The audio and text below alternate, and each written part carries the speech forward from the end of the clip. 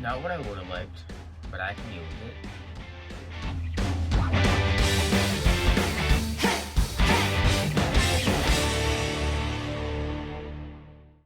With breaking news, the Seattle Seahawks have brought back wide receiver Tyler Lockett. It's not my favorite move. I personally wanted to trade him because of how few draft picks we have in this upcoming draft. We only have 3. If we traded Lockett to say the Jaguars or the Patriots, then we could have gotten like a mid-round, second-round pick. And at worst, we could have traded him to another team for 2 third-round picks and a 5th. In my opinion, that's the equivalent of like a mid-second round pick. So that's what I would have preferred. But it's still really exciting to know that we have Lockett for the next 4 years. And I haven't done like any research into this. I've just seen the tweet where it's just like Tyler Lockett, 39 million guaranteed, 69 million up to, and that's really all I've seen.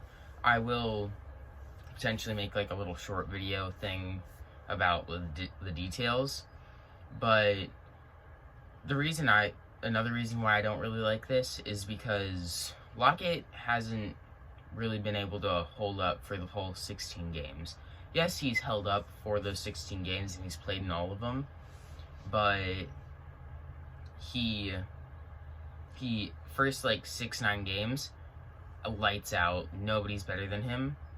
But after that, he's in fantasy football, you just look at his stats first 6 weeks, it's just like, oh my god, it's insane. And then after that, it's just like, oh, that's nasty. It's like minimal points, absolutely nothing, giving you nothing. So, especially with the DK Metcalf extension that will have to come up soon, I don't really understand this. I think we could have traded and potentially gotten like Kadarius Toney, however you pronounce it, and he could have been a really solid slot wide receiver. They maybe drafted Daz Newsome and Tamorrion Terry later in the draft because Tamorrion Terry, he's basically DK but younger. And that's how I see him. He's really fast. He's 6'4", athletic beast, and he's great at blocking, which is great for our new scheme. Yeah, which is also something Lockett can't do. He's nearly the size of, I think it's Rondale Moore, who's coming into the draft. He's 5'7". Lockett's 5'9".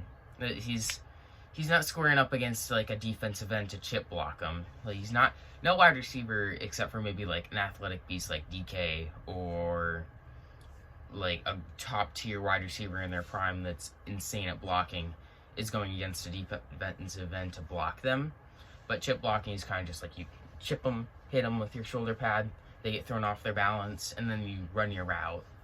I don't see Lockett really ever doing that. I see him doing that to corners. I see him doing that to maybe a linebacker every once in a while.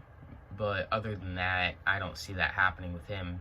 Another wide receiver I would have liked to target was Daz Newsome. And he's really tiny. He's like same size as Lockett. But man, he can block from what I saw. He blocks like he's 6'3", but he's only like 5'9" or 5'10".